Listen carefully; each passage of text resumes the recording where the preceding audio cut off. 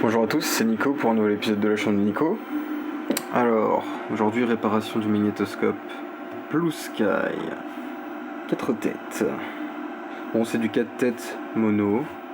C'est fou le nombre de scopes mono qu'il y a eu en fait. J'ai l'impression que personne n'achetait les scopes hi-fi ou quoi, parce que le hi-fi c'était Saint-Seigneur quoi. Je sais pas. Je comprends pas. Je veux dire, ça c'est un truc assez moderne. C'est une chinoiserie à l'intérieur. Voilà, alors je sais pas pour la petite histoire, si vous vous rappelez. Attendez, je vais couper un peu ça. Hop là. J'avais récupéré un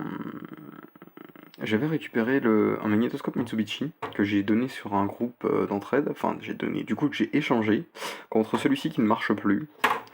Voilà. Donc on m'a dit qu'il avale les bandes, donc d'abord je vais l'ouvrir. Alors c'est du Blue Sky, donc Blue Sky pour ceux qui ne connaissent pas c'était la marque de Carrefour.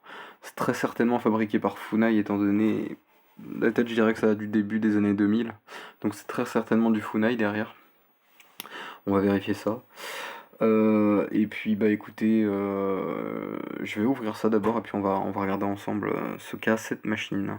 Celui-ci aussi il est un peu poussiéreux. Pas autant que le dernier que j'avais fait qui était le Akai, mais il est un peu poussiéreux quand même. Ouais. Je sais même pas si c'est une mecha Funai. Honnêtement, de celle-ci, j'en ai jamais vu. On dirait une mecha Toshiba. Je sais pas pourquoi, mais ça ressemble à certaines mecha Toshiba. Bon, les têtes, ça a l'air propre. Lui, il est propre. Bon, il a des heures, mais ça va.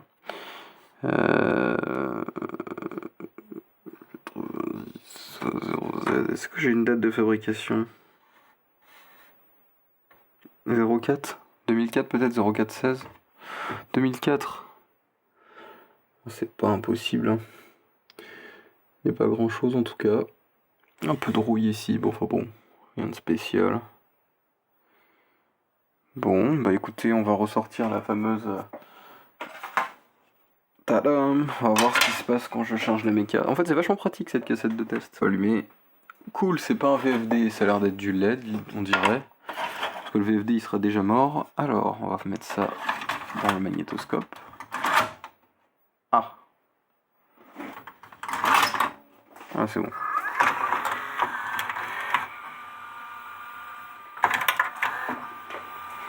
Là, il est en play.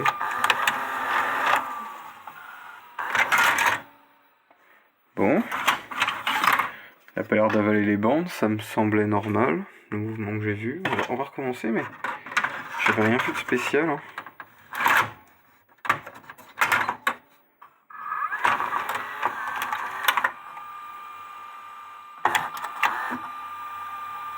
Ok.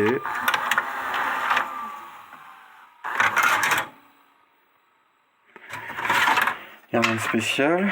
Je branche ça sur la télé. AV1, AV2, décodeur. Voilà, AV1.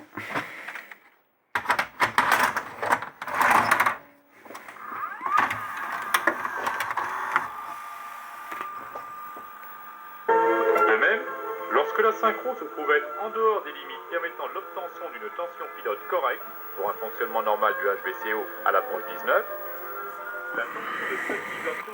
Alors oui, c'est pas ce que je pourrais avoir de mieux comme cassette, c'est vrai, mais du coup, il n'y aura pas de strike là-dessus. Bon, alors... On peut même pas mettre pause.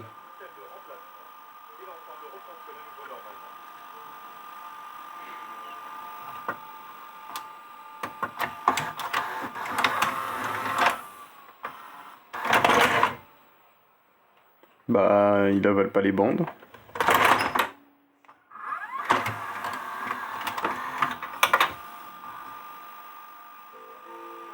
Je me demande si c'est pas ces cassettes qui accrochent et qui sont en mauvais état.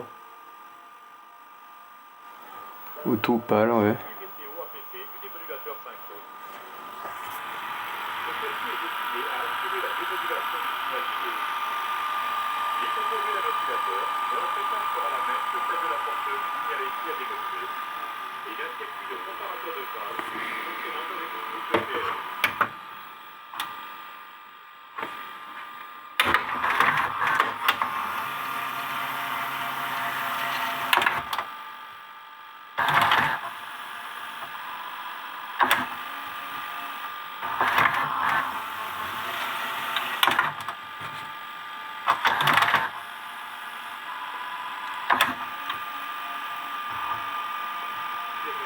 Elle est pas rapide la méca, hein. Elle est vraiment lente.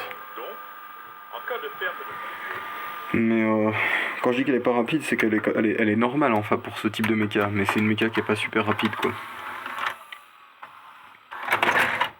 Bon, cela dit, ça fonctionne. Eh bien écoutez, je ne sais pas. Faudra peut-être que je contacte la personne pour dire que c'était plutôt ses cassettes qui posaient problème. Cela dit, il n'y a pas beaucoup de graisse dans la méca, donc je vais quand même la regraisser entièrement.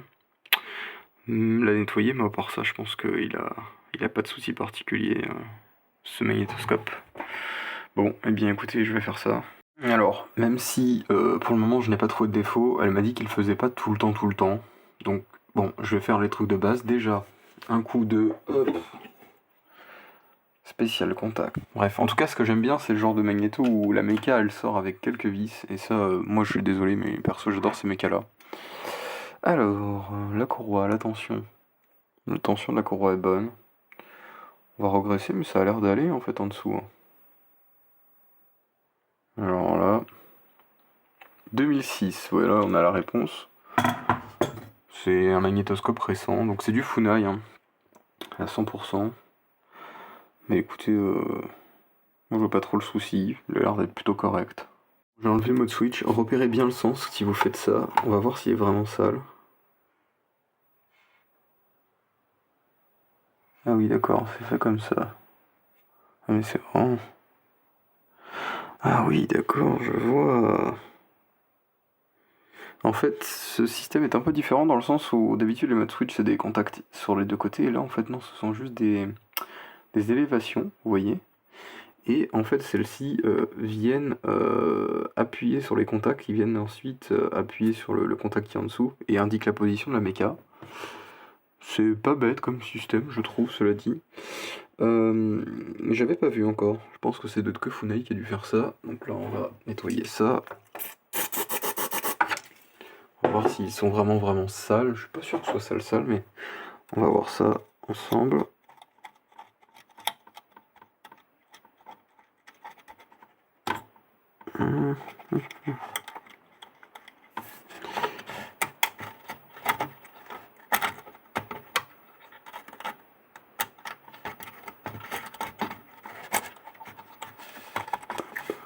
Voilà. Sortir ça comme ça. D'accord, donc ça c'est protection qui appuie sur le switch.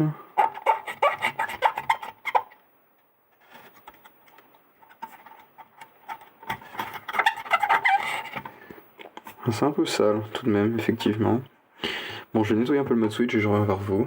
Bon voilà, ce qui est surtout important en fait, c'est les contacts là qu'il y a en dessous, et puis sous les petits contacts qu'il y a là, hein. Ça c'est le plus important, le reste, c'est pas vraiment dramatique. Hop, je remets ça comme ça. Je remets ça comme ça. Hop, et là on appuie bien. Voilà. Et là ça a l'air pas mal.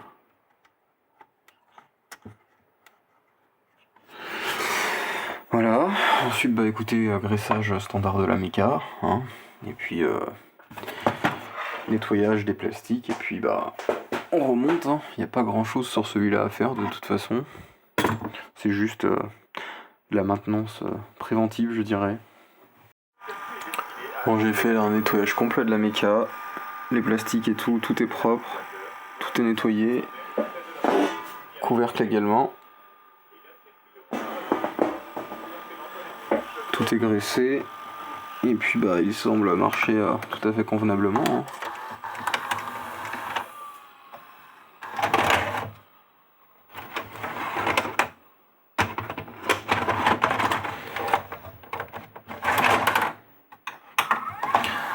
Une chose est sûre, celui-là a vraiment pas beaucoup d'heures en plus. Franchement, il a très peu d'heures ce magnéto.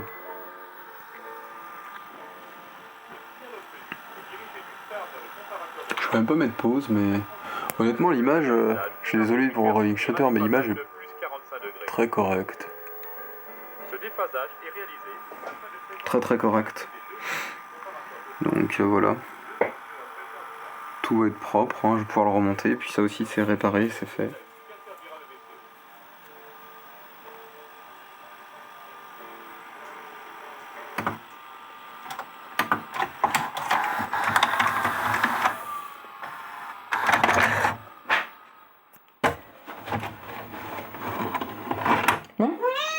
Oui, bah oui. Bon bah écoutez, tout fonctionne et puis bah à la prochaine dans une nouvelle vidéo. T'as acheté du cheap et pourtant tu te retrouvais pas avec un truc fabriqué en Chine, fabriqué en Corée du Sud. Ouais, et ben... Oui, encore un peu de poussière derrière, mais c'est pas très grave. Le principal c'est que lui soit propre. Et voilà. Eh bien, fabriqué en Corée du Sud, intéressant. Je savais pas qu'ils avaient des usines là-bas à Funai.